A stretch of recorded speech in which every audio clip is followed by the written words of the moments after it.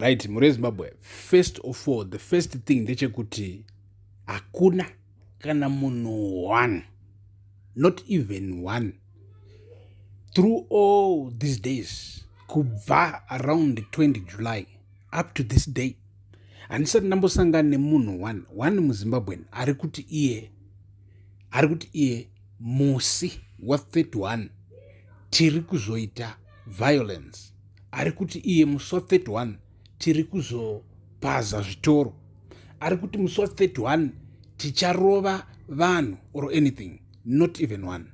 All I have heard is people vari kutaura kuti tiri kuda kuratidzira peacefully musi wa31 muno muzimbabwe, tiri kuzoratidzira tichishandisa bumbiro remutemo section 59 yebumbiro remutemo rezimbabwe rinobvumira macitizens kuratidzira. Tsamba dzanyoregwa kumapurisa kumacitiz akasiyana siyana. Pamwe pacho tapedzisira tine dambudziko rekuti vacho vari kuindisa tsamba idzi vakusungwa. In fact, hapana kuwandapo panhu 1 and good enough, lucky enough, as of right now tikunzwa kuti comrade Nyatsimba Mutota vakabuda nezuro. I'm pretty sure nhasi Tuesday and it. So right, mure Zimbabwe now, government yakupusha propaganda, and the propaganda iri kupushwa neZANU-PF iri kupushwa kubva paZBC, then tozopinda kuzvanhu zveZANU-PF zvichitaura kubva kuna Twana Temba Mliswa, kuna nachi vanenge vachitaura kuti kwanzi vanhu ava vari kutaura zvemaprotests, vari kuda kudestroya nyika, vari kuda kuputsa zvinhu, vari kuda kuita sei, vari kuda kuita sei. So anyway, zvakadaro mure Zimbabwe tataura isusu nevakuru munyika. So nhasi kwanga kuchivigwa rimwe gamba ravigwa nhasi, ezindufu dzemagenerals dziri kutaridza kuti dziri kuramba kupera zviri fast handiti. So ndikeneo retired Keneo Kenneth Mhlope ndo vavigwa nhasi, and then toda kuchipinda mure Zimbabwe pa what is happening military right now.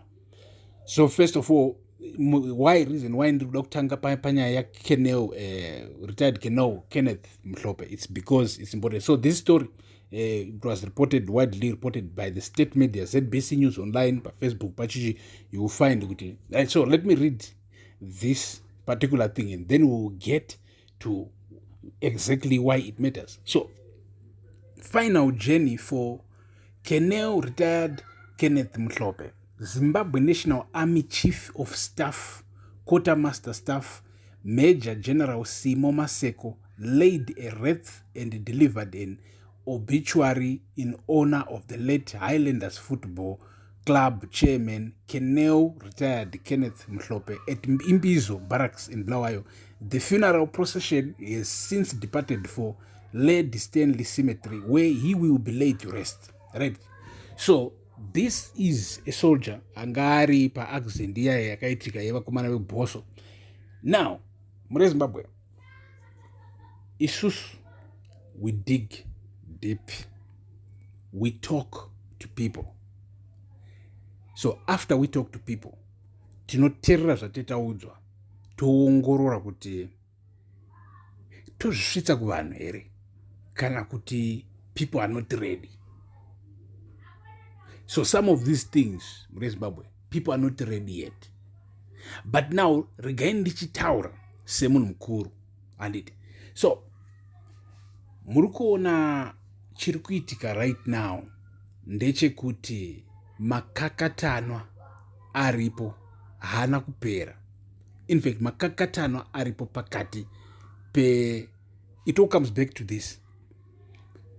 I no longer want to call Chiwenga faction because ndenisingaiti justice kana ndichiti Chiwenga faction, people would think, it's this political party that is happening. It's not a political party. These are people who just don't want Cab 3, who don't want a Mnangagwa dynasty, because everybody you can foresee. If you have sight, you can see where we are going. It's a straight up dynasty. And Mnangagwa is copying Xi Jinping's playbook.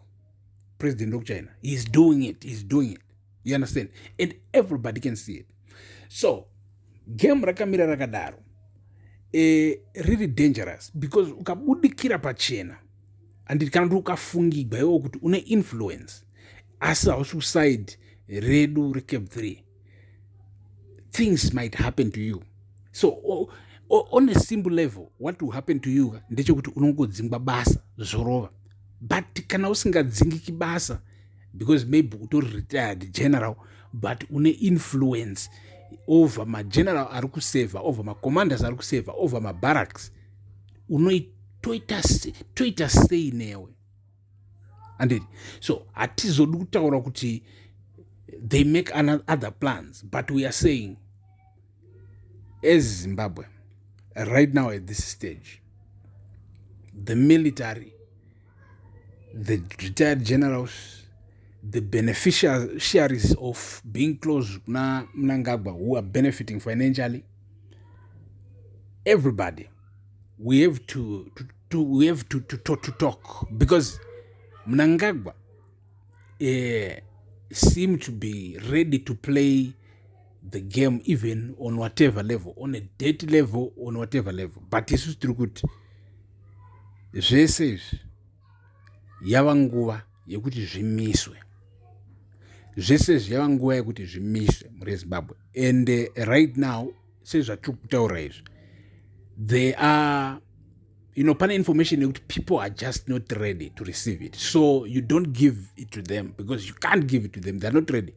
So unongovapa ma clues.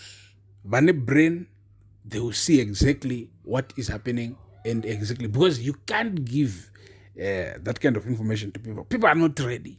And so muri Zimbabwe, ndakuda kuchiudzai one last important thing ndekudai so.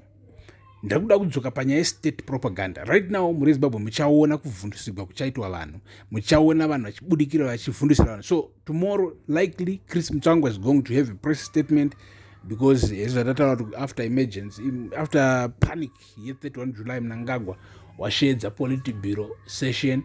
So we are going to be watching tomorrow what will happen, and then Chris Mutsvangwa, there's a good chance uchauya izama kuvhundusira vanhu, because all these guys know it's intimidation. Atingamborarami munyika yakadai so. This is not sustainable muri Zimbabwe.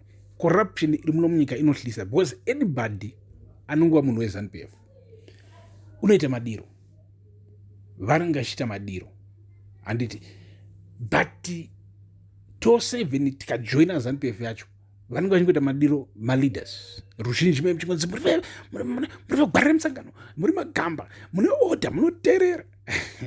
Hanzi naMnangagwa achimanipulate vanhu veZANU-PF, hanzi mese muri panapa apa pama-ordinary citizens machichi, hanzi mese mimi, as long as muri ma-members veZANU-PF muri ma-comrade, and ma-comrade anoteerera.